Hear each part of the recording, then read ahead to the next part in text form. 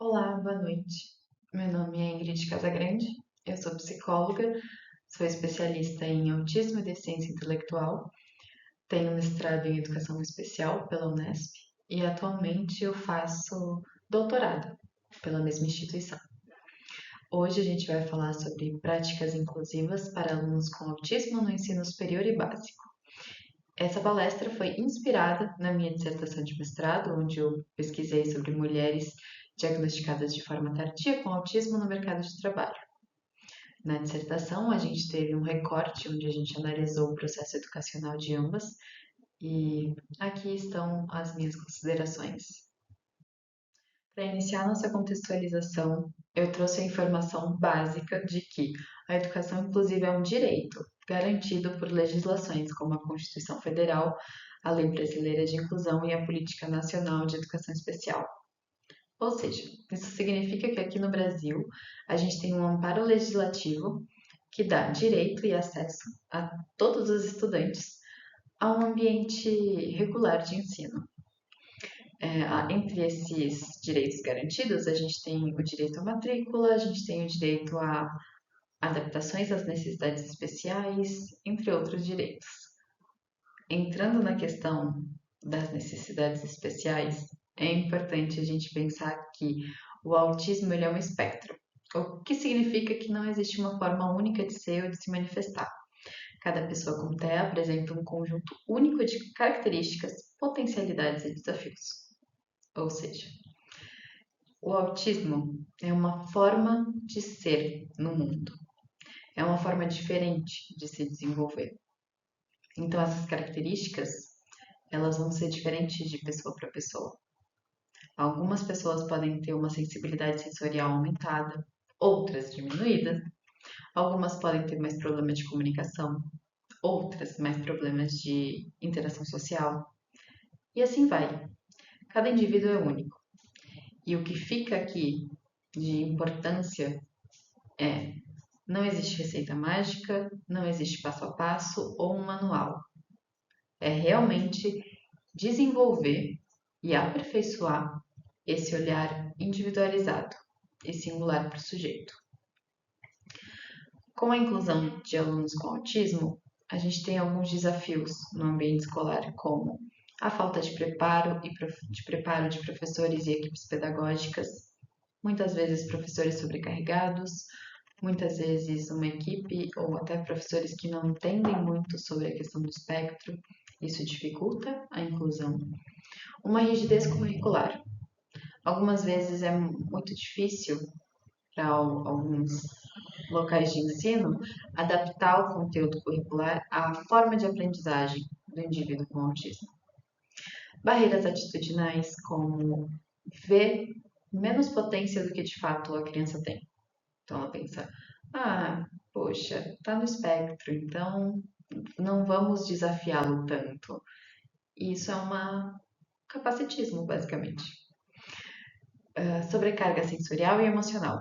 O ambiente escolar é um ambiente um pouco caótico, barulhento, tem muito estímulo, muita coisa acontecendo, e isso pode gerar uma sobrecarga sensorial e emocional na pessoa com TEA. Apesar disso, as possibilidades são imensas. Com práticas pedagógicas inclusivas, é possível estimular o desenvolvimento de habilidades sociais e acadêmicas, promover a autonomia e a autoconfiança e fortalecer a diversidade. No slide anterior, a gente falou sobre como as características do autismo se manifestam de uma maneira diferente para cada pessoa. Por isso, a questão do espectro autista. As características são manifestadas de uma maneira única em cada indivíduo. Aqui eu acrescento a informação de que, segundo o DSM, a gente divide ou classifica o autismo em 3 categorias, sendo elas nível de suporte 1, nível de suporte 2 e nível de suporte 3. O que isso significa? O nível de suporte, ele fala sobre o quanto a pessoa precisa de ajuda para fazer as atividades básicas do dia a dia. Sendo o nível de suporte 1 um pouco menos de ajuda, então é uma pessoa que não necessita de tanta ajuda, mas ainda precisa de ajuda. Nível de suporte 2, um pouquinho mais de ajuda. Nível de suporte 3, precisa muito de ajuda, uma ajuda substancial. Pensando nisso, a gente volta a refletir sobre como não existe uma receita pronta para as adaptações e para a inclusão de um aluno com autismo. É realmente treinar esse olhar individualizado e que respeite a singularidade de cada indivíduo. O autismo ele impacta principalmente três dimensões do desenvolvimento, sendo elas a comunicação, socialização e comportamentos e interesses. Na questão da comunicação, a gente pode ter um atraso de fala, ausência de fala, dificuldade em compreender uma linguagem não verbal, dificuldade em compreender, inclusive, a linguagem verbal às vezes, socialização, dificuldade em manter laços, em manter conversas, uma dificuldade em aprofundar também esses laços afetivos, comportamentos e interesses. Aqui a gente fala sobre hiperfoco, comportamentos repetitivos, dificuldade com rigidez cognitiva de uma forma geral, que impacta nesses comportamentos e nesses interesses e nessa forma de ser no mundo, né? No contexto educacional, essas características se refletem de maneira muito concreta. Interação. Alunos com TEA podem ter dificuldade em participar de atividades em grupo ou em compreender regras implícitas de convivência acadêmica. Aqui eu trago um exemplo de uma das minhas entrevistadas do mestrado, em que ela me contou que quando os professores passavam um trabalho em grupo, ela não conseguia desenvolver tão bem. Ou ela não conseguia desenvolver de forma nenhuma, não conseguia participar dos grupos, ou ela falava para as pessoas que estavam no grupo dela que ela iria fazer todo o trabalho sozinha e que eles só precisavam apresentar. Porque ela tinha muita dificuldade em ter essa troca social. Não era nem uma questão de comunicação. Pensando no caso dela em específico, na personalidade dela. Ela não tinha uma grande dificuldade em se comunicar, mas ela tinha uma grande dificuldade em socializar, em partilhar com o outro. Sobrecarga sensorial. Barulhos, luzes, cheiros ou um ambiente muito cheio podem gerar dificuldade e dificultar a concentração. Pessoas no espectro autista têm alguma sensibilidade sensorial. Os estímulos no ambiente podem atrapalhar o processamento das informações e isso gera muito cansaço e exaustão. Necessidade de previsibilidade, mudanças na rotina ou quando uma regra não fica tão clara, a instrução não é tão diretiva, ausência de organização, tudo isso pode gerar insegurança e até ansiedade. Inclusão no ensino básico. Eu trouxe uma estatística do IBGE de 2022 que diz que os percentuais de pessoas com autismo acima dos 25 anos que concluíram o ensino médio são de 25,4% e o fundamental 12,9%, sendo inferiores àqueles registrados pela população geral, que é de 32,3% e 14% respectivamente. Pensando nesse triste dado, eu trago aqui algumas práticas inclusivas que podem ser importantes a gente considerar na hora da adaptação e da inclusão desses alunos. Adaptação do ambiente. Seria interessante conseguir reduzir os estímulos excessivos, sendo barulho, luz, aglomeração. Pensando de uma forma prática. Se a pessoa com autismo tem hipersensibilidade à luz, por exemplo, não é interessante que ela fique próxima da janela. Às vezes é melhor que ela se afaste. Em algum outro caso, talvez para algumas pessoas no espectro seja muito mais confortável sentar ao lado de uma parede, porque é algo fixo, imóvel, estável, onde ela pode direcionar o olhar às vezes quando ela estiver se sentindo cansada, ou ela tem a segurança de que pelo menos esse lado do corpo dela não vai ser estimulado por colegas, por brigas. Ela pode se sentir um pouco mais segura. Recursos visuais. Agora a gente pode pensar em uma criança um pouquinho menor. Ela chega na escola e ela consegue ver a sua rotina de uma forma visual. Ou seja, no primeiro momento da aula vai ser matemática, no segundo português, depois intervalo, depois história, geografia. Ver visualmente essa rotina vai dar muito mais estabilidade e previsibilidade para essa criança. Consequentemente, mais calma e mais estabilidade, que é o que a gente gostaria de proporcionar a essas crianças. Agendas também são legais, pictogramas interessantes. Flexibilidade na comunicação. Então, validar diferentes formas de expressão, seja fala, escrita, desenho ou a tecnologia assistiva. Mediação social. Promover atividades que incentivem a interação, mas respeitando os limites da criança e do adolescente. Um currículo adaptado, priorizando objetivos de aprendizagem essenciais e tendo diferentes formas de participação no próprio ambiente escolar. Formação dos professores e a equipe escolar. Capacitação constante sobre o tema do espectro autista, sobre as necessidades, as potencialidades. Quanto mais souberem, melhor para pensar rápido, pensar em estratégia, pensar em formas de potencializar certas características. Tudo isso é muito legal. Inclusão no ensino superior.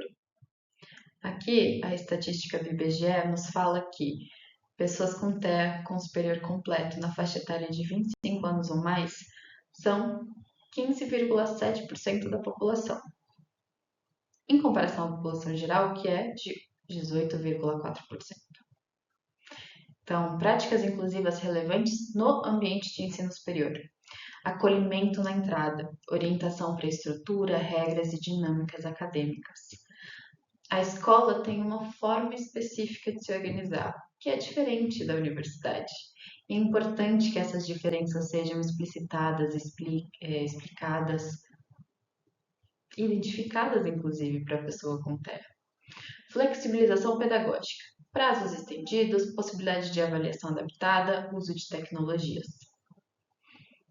Pensando nessa questão da flexibilização pedagógica, e na entrevista que eu fiz no meu mestrado, uma das participantes necessitava ficar numa sala diferente para fazer prova, porque os estímulos no ambiente acabavam fazendo com que ela não conseguisse ter um desempenho tão bom. Ela sabia o conteúdo, mas como a classe estava muito movimentada, mesmo em dias de prova, tinha muitas coisas ali fazendo pequenos barulhos para tirar a atenção dela, ela não tinha um rendimento tão bom. E aí ela fez essa adaptação e tudo ficou bem melhor. Tutoria e apoio psicopedagógico. Acompanhamento individualizado quando necessário. Sensibilidade docente. Professores precisam compreender que as dificuldades sociais e sensoriais não equivalem à falta de capacidade intelectual. É o que a gente já vem falando, né? Essa dificuldade social de interação, de grupo, de apresentar trabalho, não significa que a pessoa não tenha capacidade intelectual. Significa que, de alguma forma, o ambiente não é propício para ela mostrar suas capacidades. E é isso que a gente precisa ficar atento. Proporcionar ambientes propícios para o desenvolvimento e para a aprendizagem. Ambientes acessíveis. Espaços silenciosos de estudo, ajustes em laboratórios, acessibilidade digital. Promoção da autonomia. Incentivar que o aluno se reconheça como uma pessoa ativa no seu percurso. Que ele também perceba as suas necessidades, as suas potencialidades, que só ele vai saber em alguns momentos, assim, principalmente no ensino superior, que a pessoa já está um pouco mais madura, ela já se conhece um pouco mais, tem um pouco mais de bagagem, ela pode ter essa autonomia ativa para falar o que é bom e o que não é. E é importante que a rede de ensino superior também esteja aberta para escutar essas pessoas. Pontos comuns entre o ensino básico e o superior. Apesar de diferenças da faixa etária e contexto, há princípios que se aplicam em ambos os níveis. Respeito à singularidade. Não existe receita pronta e é necessário um olhar singular para o sujeito. Ambiente estruturado. Criar essa previsibilidade reduz a ansiedade, ajuda na regulação emocional e a criar um senso de estabilidade, que é importante para as pessoas no espectro. Apoio da família e rede de suporte. A família é sim bem-vinda no diálogo com a escola, também na universidade, se for preciso, A família é quem apoia esse indivíduo e conhece ele desde que nasceu. Então é importante que a gente tenha esse contato, até para entender o olhar deles, a potencialidade e as dificuldades que eles enxergam na criança. Sensibilização da comunidade escolar e universitária. Colegas e professores também precisam compreender o que é o autismo. Foco no potencial e não apenas nas dificuldades. Algumas características do autismo, quando bem desenvolvidas e no contexto certo, podem ser de grande potencial. Por exemplo, o reconhecimento de padrões.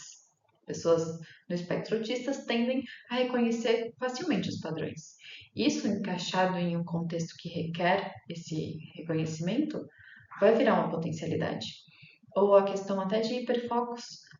Alguns autistas adultos trabalham com seus hiperfocos e têm bastante sucesso nessa área também. Então, é isso, a gente olhar essas características como potencial de algo maior que podem proporcionar desenvolvimento em várias outras áreas do indivíduo. Bom, incluir não significa apenas estar presente fisicamente, mas participar com dignidade e oportunidade de aprender e se desenvolver. A educação inclusiva é um processo contínuo que exige diálogo, flexibilidade e compromisso coletivo. Incluir é muito mais do que uma exigência legal. É um compromisso ético e humano. Significa acreditar no potencial de cada aluno, respeitar sua singularidade e criar condições reais para que ele floresça. Bom, é isso. Esse é o meu e-mail, caso alguém queira entrar em contato. E muito obrigada pela oportunidade.